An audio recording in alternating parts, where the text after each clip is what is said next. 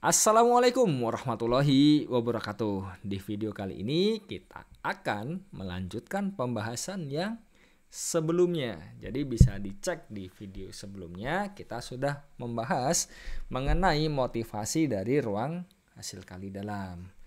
Jadi di video kali ini kita akan melanjutkan di ruang hasil kali dalamnya. Jadi yang di video sebelumnya kita sudah bahas yang poin pertama di sini. Terus ya sekarang kita lanjutkan sampai yang paling akhir. Nah, kita review dulu ya apa yang sudah kita pelajari sebelumnya. Jadi pertama kita melihat sifat yang ada di hasil kali titik atau dot product ya. Jadi ternyata di hasil kali titik dia berlaku 3 sifat ini. Pertama adalah komutatif, kedua linear, dan ketiga definite positif. Setelah itu ya kita coba abstraksikan. Jadi operasinya tadi kita buat sebarang pemetaan yang tentunya memenuhi sifat-sifat yang seperti di hasil kali titik tadi, yaitu simetri, linear, dan juga definite positif. Dan tentunya contoh yang paling terlihat apa dari hasil kali dalam itu? Ya hasil kali titik kan atau dot product. Jadi kita juga sudah bahas satu contoh hasil kali dalam yang bukan hasil kali titik. Jadi di sini apa yang perlu kita tunjukkan? Jadi pertama tunjukkan dia pemetaan, ya kan? Terus kedua, tunjukkan komutatif. Ketiga, tunjukkan linearnya. Dan keempat, tunjukkan definite positifnya. Dan kita sudah bahas itu semua di video yang lalu. Selanjutnya, kita lanjutkan di sesuatu yang baru ya di sini ya. Jadi ya kalau kita punya hasil kali titik, kita bisa mendefinisikan norm. Kita juga bisa mendefinisikan apalagi panjang dua vektor, ya kan? Jarak antara dua vektor, ya kan? Terus apalagi? Mungkin sudut, ya kan? Nah, bagaimana dengan hasil kali dalam? Apakah ada konsep yang serupa? Ternyata iya, dan ya idenya sebenarnya sama persis dengan itu. Jadi contohnya kalau misalkan kita punya ini ya, ruang Rn dengan dot product, kita punya definisi norm dan jarak dua vektor kan seperti ini. Kalau di ruang hasil kali dalam bagaimana? Ya sama saja kita definisikan ini kan sama persis sebenarnya. Terus jaraknya itu kan norm dari selisih ya. Norm dari selisih artinya apa? Kalau kita punya definisi normnya ini berarti norm dari selisihnya ya seperti ini. Jadi idenya ya sama, kembali lagi ke sesuatu yang sudah kita ketahui sebelumnya. Nah, bagaimana dengan sifatnya yang masih elementer ya di sini ya?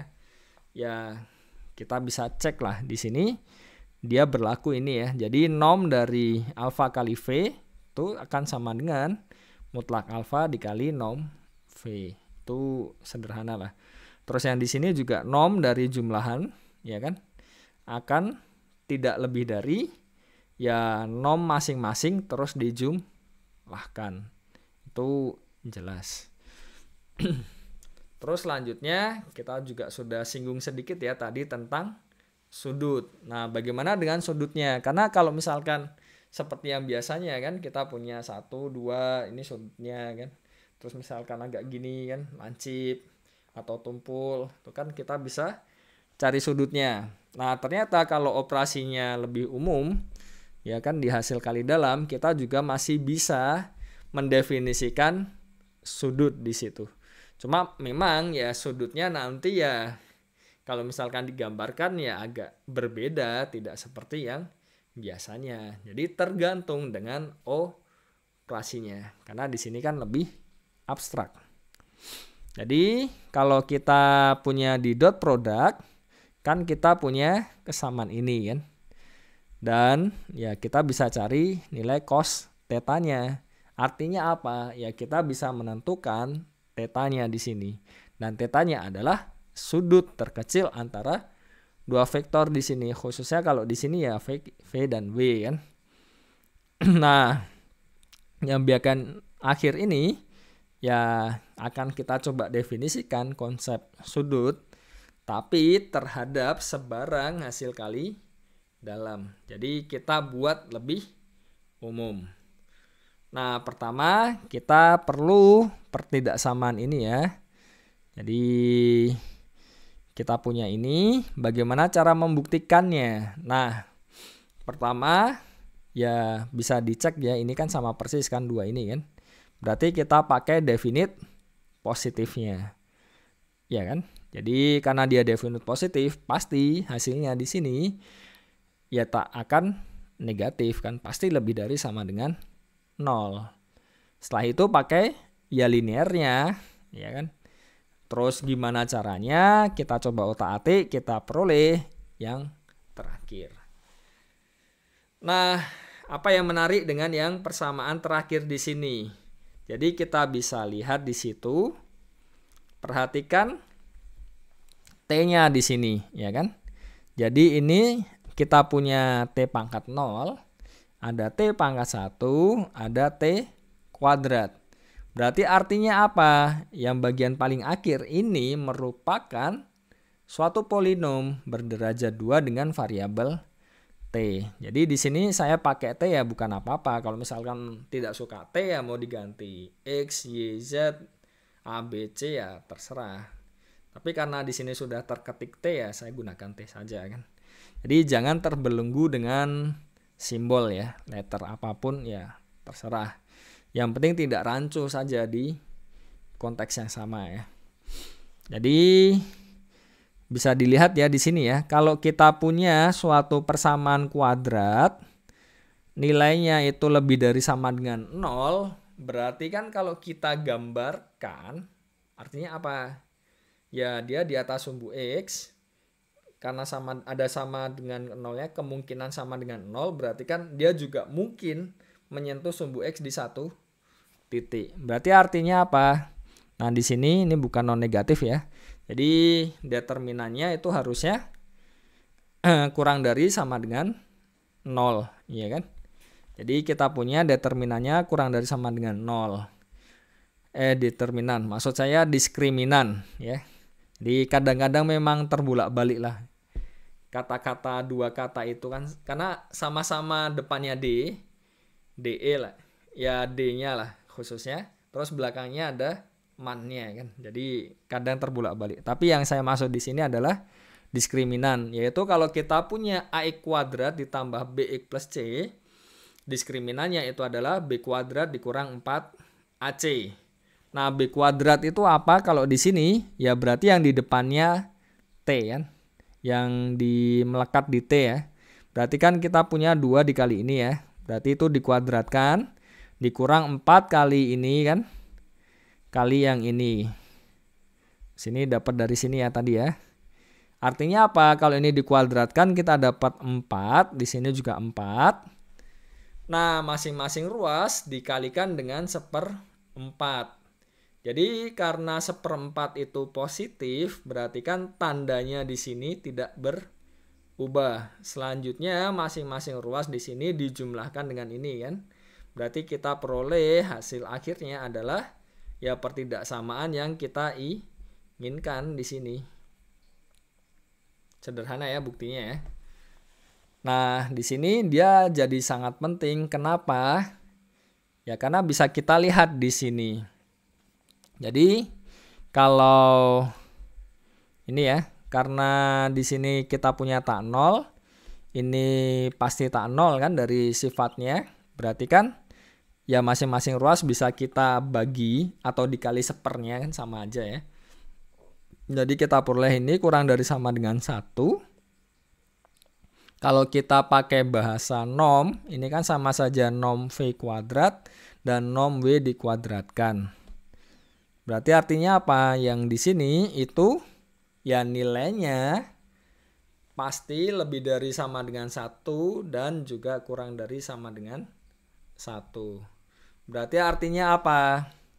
Ya kita masih make sense ya di sini ya.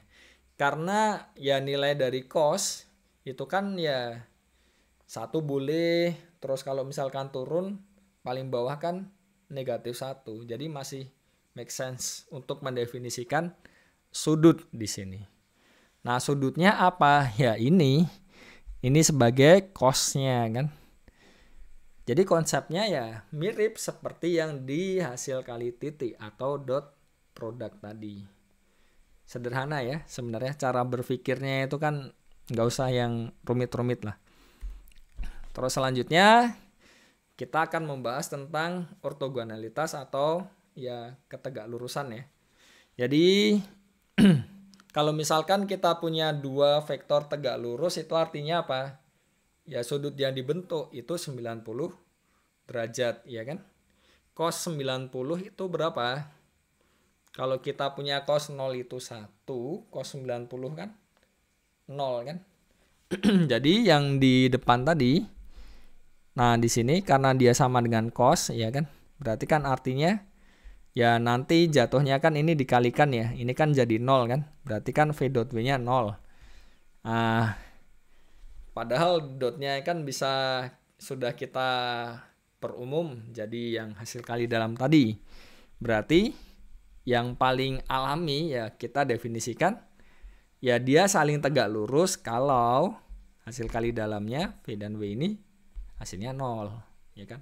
Jadi ya bukan sesuatu yang tiba-tiba muncul. Jadi kita lihat dari sesuatu yang sudah kita punya sebelumnya kan di sini kan.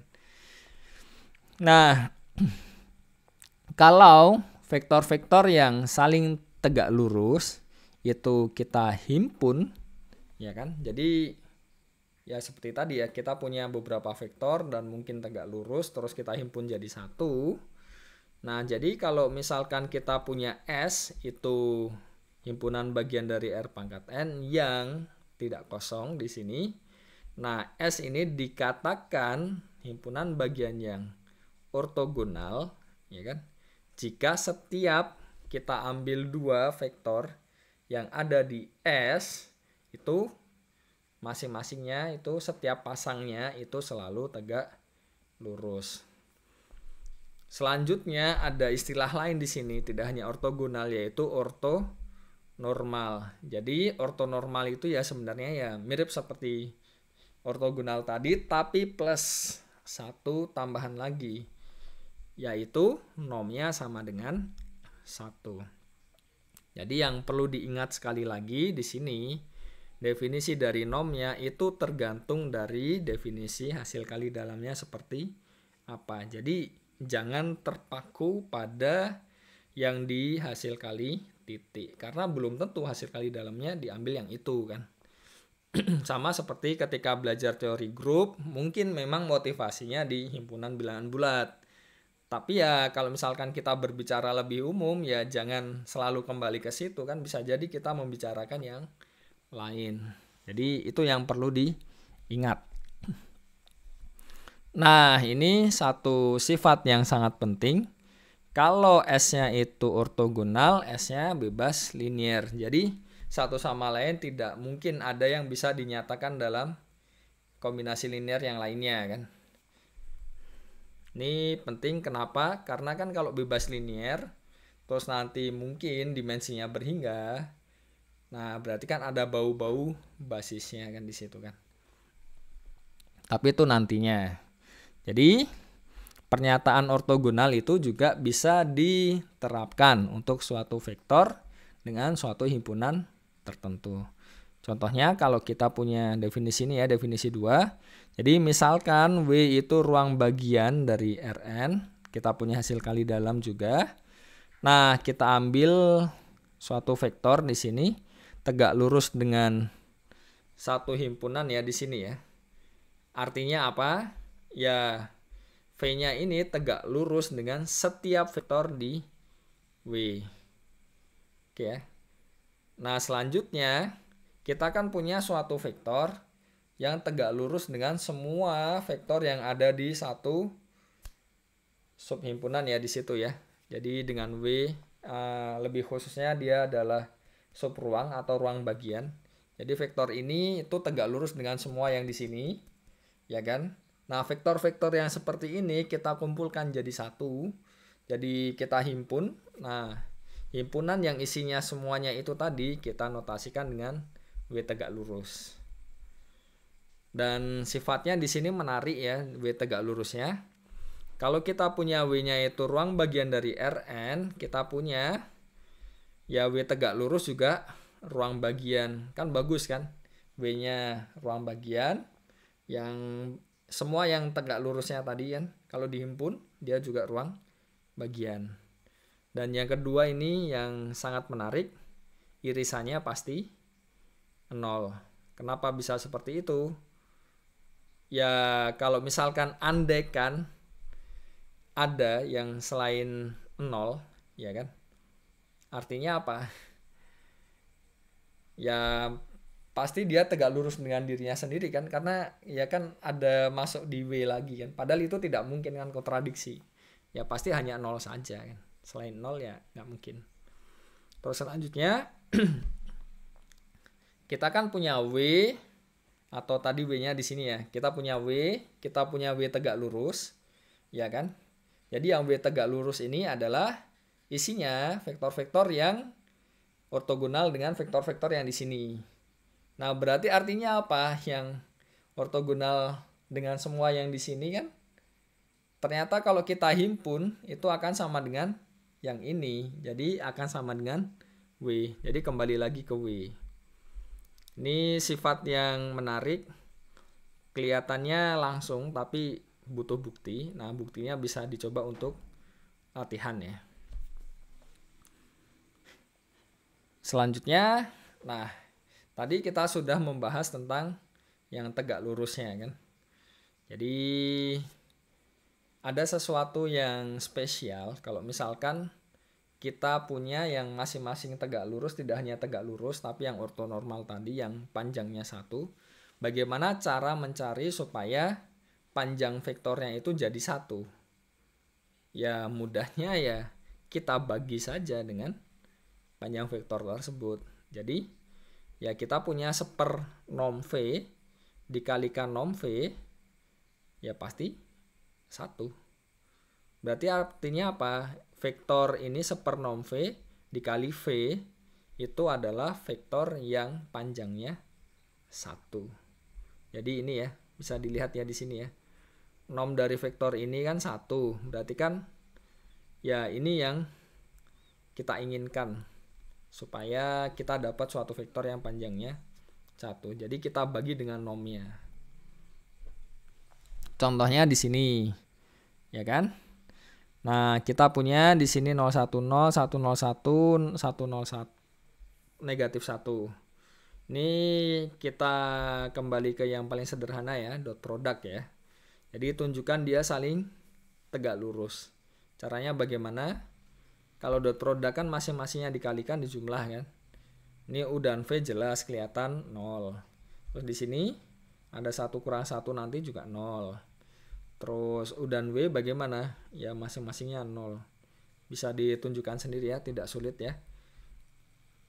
Jadi kita bisa cek masing-masingnya 0. Untuk perhitungannya kan tidak sulit. Normalisasinya bagaimana? Ya dibagi dengan panjangnya. Ini panjangnya akar 2, ini juga panjangnya akar 2. Berarti kita peroleh, nah 3 vektor ini mereka tidak hanya saling ortogonal, tapi masing-masingnya panjangnya 1. Nah, sekarang kita beranjak sedikit. Masih berhubungan dengan ortogonal dan ortonormal. Jadi sudah kita bahas yang di awal tadi. Salah satu sifatnya ya, kalau kita himpun, terus masing-masingnya itu saling ortogonal, dia ya jadi ini tadi ya, bebas linear ya, dan ya akan berhubungan juga dengan basis tentunya. Jadi kalau kita punya ruang vektor dengan hasil kali dalam, ya kan di sini, terus kita himpun basisnya, jika di sini vektor-vektornya saling tegak lurus, kita sebut dengan basis tegak lurus atau basis ortogonal.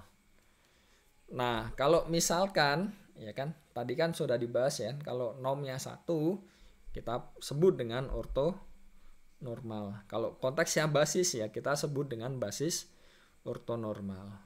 Contohnya apa? Yang paling sederhana yang sangat-sangat sering kita pakai adalah basis standar. Jelas dia merupakan basis ortonormal untuk Rn. Kenapa? Ya kan 100, 010, 001, bla bla bla bla bla ke bawah itu kan. Jadi kan angka satunya itu kan selalu pada baris yang berbeda. Kalau di dot produk kan ya pasti 0. Kalau kita ambil 2 sebarang kan jelas panjangnya 1 jelas karena ya hanya ada satu entry 1, sisanya 0. Terus yang kedua contohnya di sini ya yang sudah kita bahas sebelumnya ya tadi ya. Dia merupakan basis ortogonal tapi bukan ortonormal. Yang ortonormalnya yang mana? Yang sudah kita normalisasi tentunya, yang 3 ini. Dia akan menjadi basis ortonormal. Nah, satu pertanyaan besar kan setelah itu kan. Mungkin tidak kalau kita punya sebarang basis, ya kan kalau ruang vektor itu kan ya ada basisnya kan pasti kan. Nah, bagaimana cara kita mencari atau menemukan basis ortonormal untuk ruang hasil kali dalam? Gimana caranya kan? Jadi ya kita kembali lagi ya ke sesuatu yang sudah kita tahu kan tentang proyeksi kan. Jadi kalau misalkan kita punya 2 vektor di R pangkat N dan U-nya tidak 0 ya di sini ya. Nah, proyeksinya apa? Ya kan semacam kalau kita punya sini, terus punya yang ke bawah, ya kan? Terus kan kita tutuk yang bawah kan di sini kan. Jadi yang itu yang kita arahkan. Jadi contohnya ini ya, kita punya U, punya V, proyeksinya ya yang ini. Jadi panjangnya di sini tegak lurus ya. Ini tegak lurus, terus ini ke sana ya. Atau yang lain kalau kita punya U-nya ke sana, min U-nya kan ke sana. V-nya ini berarti proyeksinya yang sini. Nah, kita punya apa? Bagaimana cara mencari panjang proyeksinya, proyeksi U pada V? Ya, kita gunakan ini. Nah, kenapa bisa seperti ini? Ya kita tinggal pakai kalkulasi biasa saja kan. Jadi kita punya proyeksinya ditambah yang komponen ini kan akan sama dengan yang V. Padahal itu apa kan? Kita pakai sudutnya juga. Kan ada hubungannya kan tadi dengan sudutnya kan. Dan ya itu untuk latihan saja tidak sulit. Nah dari gambar ini bisa kita lihat ya. Jadi kita punya U-nya yang ini U-nya. Ya kan ini U. Terus kita punya V-nya yang ini. Berarti kan ini proyeksi U pada V. Terus yang di sini karena ini V, ini proyeksinya tadi. Berarti kan kalau U dikurang V kan berarti jadi yang sini kan. Ini yang minus proyeksinya, jelas ya. Karena yang proyeksinya ke sana, ini ke sini. Kan vektor itu kan ada arahnya kan. Kalau minusnya itu kan artinya arahnya sebaliknya. Jadi perhatikan bahwa kalau misalkan untuk ilustrasi ya ini supaya lebih mudah. Jadi vektor U ini ortogonal dengan V dikurang ini ya. Jadi U dan ini ya kan bisa dilihat ya dua ini ya. Ini kan pasti tegak lurus kan. Jadi dari U dan V kita bisa dapat suatu vektor yang ortogonal dengan U. Yaitu apa? Ya ini. Jadi padahal ini kan bisa kita cari kan tadi kan. Ya, jadi bisa dibayangkan ya idenya bagaimana cara mencarinya. Jadi pertama kalau kita punya 2 vektor yang ortogonal dengan U yang mana? Ya yang ini. Ini itu apa? Ya ini kan. Dan ini kan ininya bisa dicari tadi. Dan ini bisa dikembangkan terus. Jadi sampai ke N. Nah, ini disebut dengan proses Gram-Schmidt. Jadi bisa dilihat ini yang tadi yang proyeksinya tadi kan, yang di kasus dua vektor, dan kita bisa perumum ya kalau misalkan kita punya k vektor pun juga akan berlaku. Tapi idenya dari ini tadi. Oke ya. Jadi tidak sulit. Dan di sini kalau ingin lebih umum lagi, ini kan masih dot. Jadi kita bisa ganti dengan yang hasil kali dalam. Oke ya. Nah, untuk latihan soalnya ini bisa dicoba dan tidak sulit. Ini kan ya kembali lagi lah ke definisi kan tentang ortogonal, ortonormal, terus sifat-sifatnya. Jadi sebagian besar memang ya hanya memanfaatkan definisi yang ada. Oke, sekian video kali ini. Jadi kalau kita mau rangkum, ya secara umum hasil kali dalam itu ya kita melihat yang ada di hasil kali titik. Bahkan sampai di konsep yang tentang norm, terus jarak dua vektor, terus setelah itu yang bagian sudut, itu semuanya ya terinspirasi dari itu tadi, yang dari dot produk tadi. Jadi jangan heran kalau misalkan kalkulasi dan sebagainya nanti ya akan berhubungan dengan itu tadi. Cuma yang harus diperhatikan adalah hasil kali dalam itu lebih umum, jadi abstraksinya kan. Jadi kalau misalkan kita bekerja tentang hasil kali dalam, nah itu ya selalu dicek operasinya itu apa. Jadi jangan diasumsikan kalau dia dot product. Barangkali dia bukan kan. Jadi ya kita harus bisa melihat secara umum meskipun ya inspirasinya dari situ tadi. Oke, sekian video kali ini, semoga dapat dipahami dan semoga cukup jelas. Wassalamualaikum warahmatullahi wabarakatuh.